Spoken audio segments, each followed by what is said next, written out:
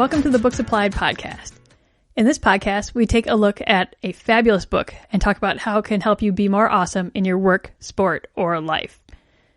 I'm Iggy Perillo, and I'm excited to be here with you today. You can always learn more about the podcast, see more episodes, maybe join a mastermind, figure out what else is happening in the world of leadership and team development at my website, WSL Leadership Coaching. In today's podcast, I'm talking about a fabulous and surprising book by Maria Konnikova called The Biggest Bluff: How I Learned to Pay Attention, Master Myself, and Win. On the outside, this is just a book about how this journalist, Maria Konnikova, decided to learn how to play poker and really get into seriously learn how to play poker.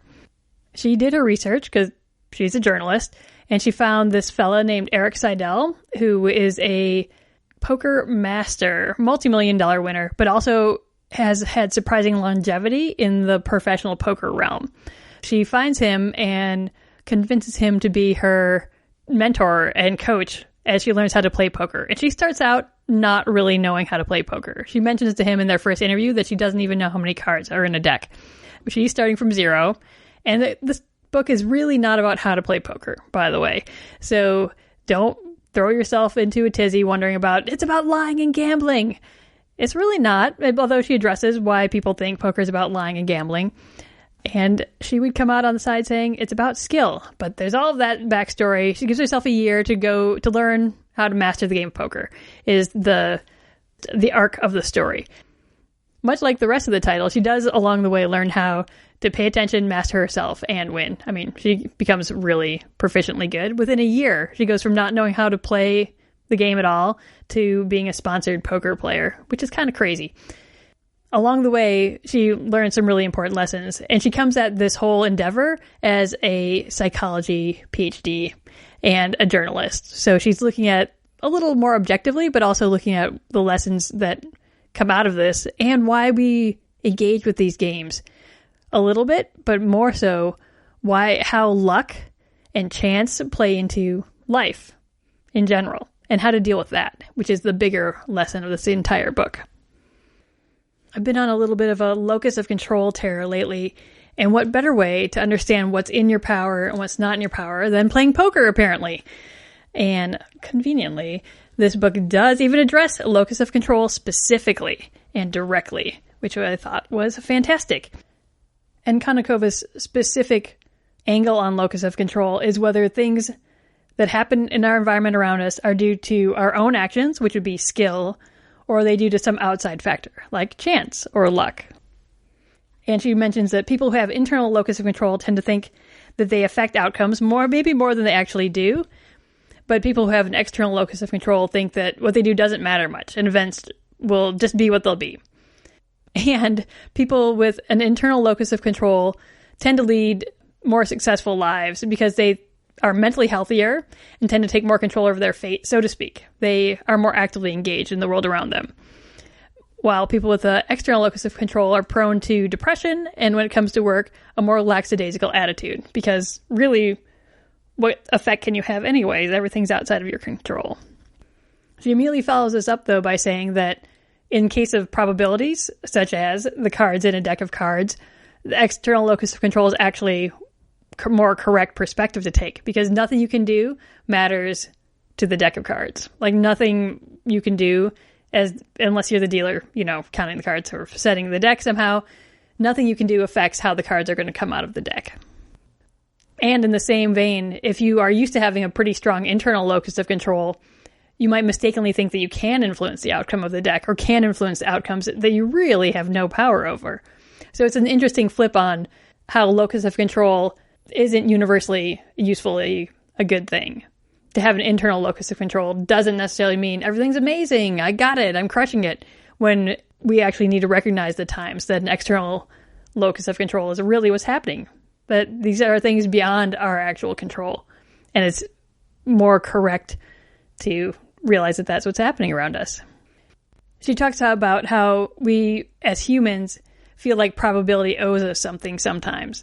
That when we've had a bad streak of luck, that we're due for something good to happen. But when we have the hot hand or when things are going really well for us, we never assume or think, oh, the next one's going to be really terrible. We like to ride that wave and think that we've earned it somehow, or that, of course, we should be having great luck all the time. That's not how probability works. And that becomes very clear to her in the world of poker, when there are things you can control and be really mindfully aware of and focused on, and there are other things that are literally out of your control. And so the balance of both of those become very present as she's learning about poker. And as she's learning how to play the game, to really accept what is within her control and what is just variance. What is the chance of the deck? And to bounce back from both. Another part of the book kind of goes into how there are people that have a string of bad luck or bad hands, and they just dwell on it. And really it affects their mindset because everything's terrible. Everything's not going my way. I might as well give up now. When in reality, if you were just focused on what you can control and playing well and making the good choices that you can make, you still have a chance of winning and you still have a chance of doing well. Earlier on in the book, she talked about how someone did some study about 1 billion poker hands, and the best hand in the game only actually won 12% of the time.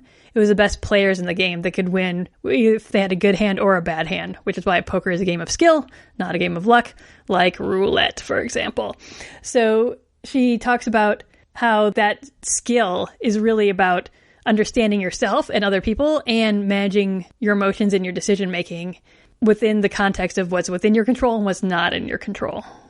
She talks about how the locus of control can either make you feel like a victor with an internal locus of control, like I made the best decisions I could, even though the outcomes didn't go my way. I made the right decisions at the right time. I thought correctly about what was happening, even under pressure. That's being in control and a skill that you can control, versus approaching a loss or something that doesn't go your way as a victim, where the cards were against me, things were being done to me, things are happening to me.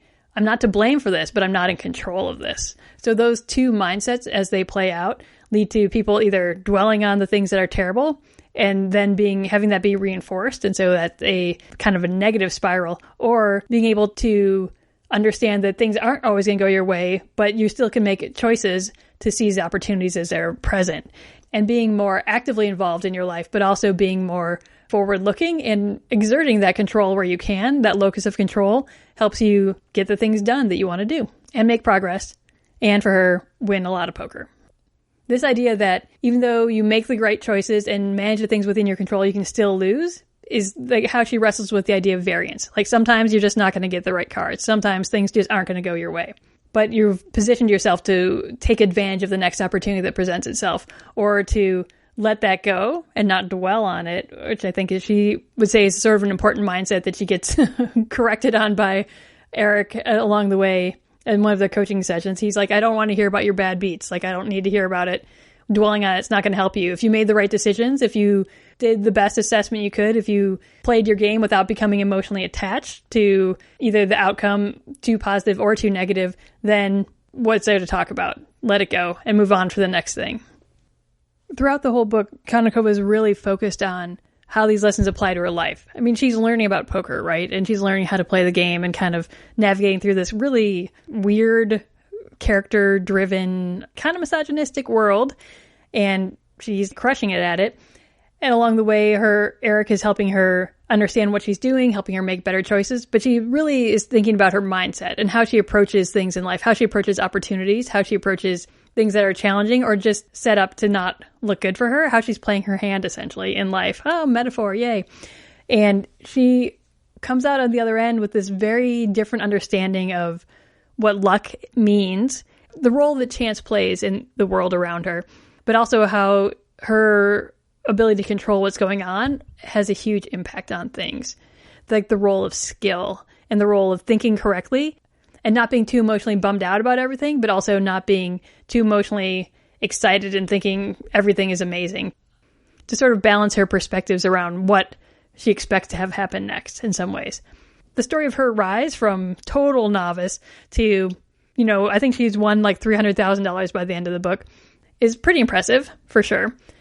But I think the other part of the story that gets maybe not quite as much play, obviously, because this is a book about her, is that her coach, Eric, has been a really competitive poker player since the 80s, I think. So for 40 years, Eric has been crushing it as a professional poker player.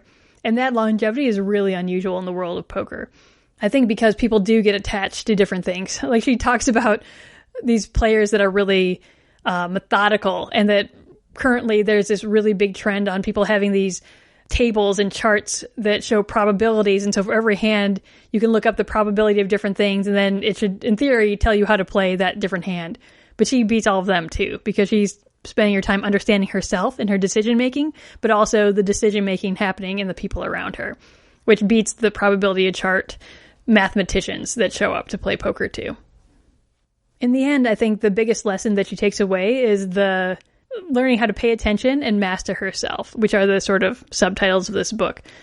Paying attention not just to the world and the people around her and how they see her, but how she thinks they're seeing her. So she's kind of going through all these different levels of how she's playing, how they see her playing, how she thinks they see her playing, and what they're doing in response to her.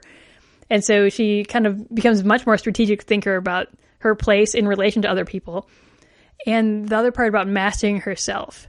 She really gets into this idea of what is chance? Like, how do I deal with chance in the world, in poker, in my life? And how do I understand what things put me off my game in terms of what things do I view as a person being really lucky or unlucky, but also I'm due for this, I'm due for that. Like that sort of mindset. I think she approaches both of those in a much more systematic way by the end. And she's winning. La, la, la. That's so great. The book, however, is fantastic. What I'm taking away from this book is the idea of how locus of control relates to variance or chance, and how even though there are things you're not in control of by any stretch of the imagination, you can still have an internal locus of control and still deal with that in a way that is sensical, productive, useful, moves you toward your goals. Overall, this was a great book.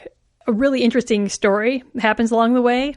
And she goes really crazy places to play poker, because that's what you do, apparently, when you're learning and kind of working your way up through the ranks. It's well written, super fun, very fast, very engaging, and a lot of really useful practical psychology for how to live your life in a way that is under your control as much as it can be, or at least more fun and interesting, perhaps. So this book has been The Biggest Bluff, How I Learned to Pay Attention, Master Myself, and Win by Maria Konnikova. I definitely recommend reading it. It's very fun and an engaging book. Thanks for listening to the Books Applied podcast presented by WSL Leadership Coaching. You can always find more about WSL Leadership Coaching, including masterminds, workshops, personal coaching, things like that, at the website worksportlife.com. Have a great day.